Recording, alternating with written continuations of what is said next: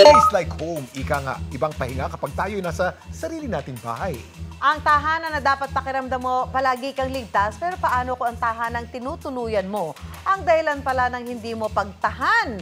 Alamin ang kwentong tinutukan ni Emil Sumangil sa programang Resibo.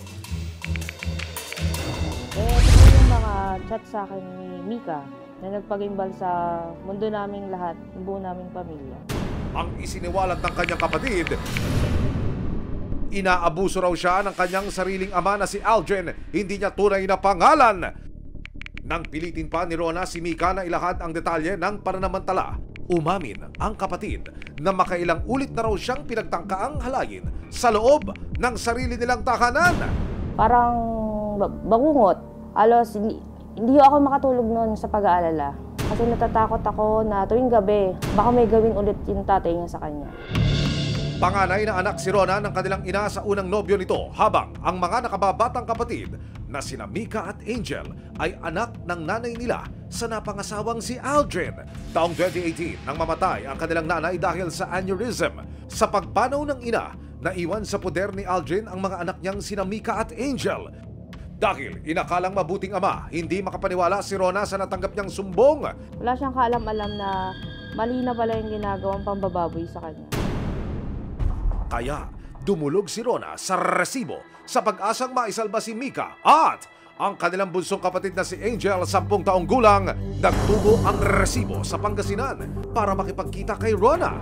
Agad kaming nakipag-ugnayan sa City Social Welfare and Development Office o CSWDO ng San Carlos, Pangasinan para ilapit ang sumbong ni Mika.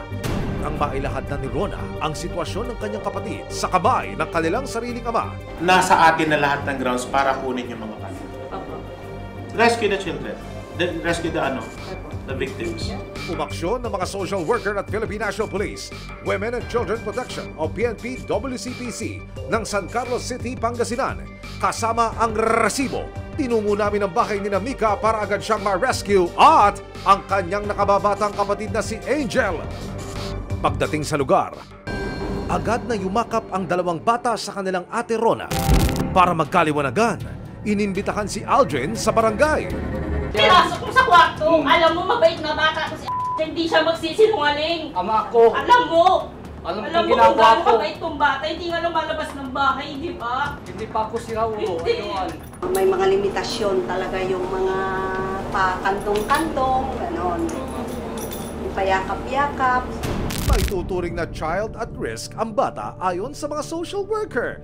Dahil dito, nagpasya ang CSWDO ng San Carlos City, Pangasinan na mananatili muna sa kustodiyan nila si Mika maging ang nakababatang kapatid niyang si Angel, pero si Rona umaapela.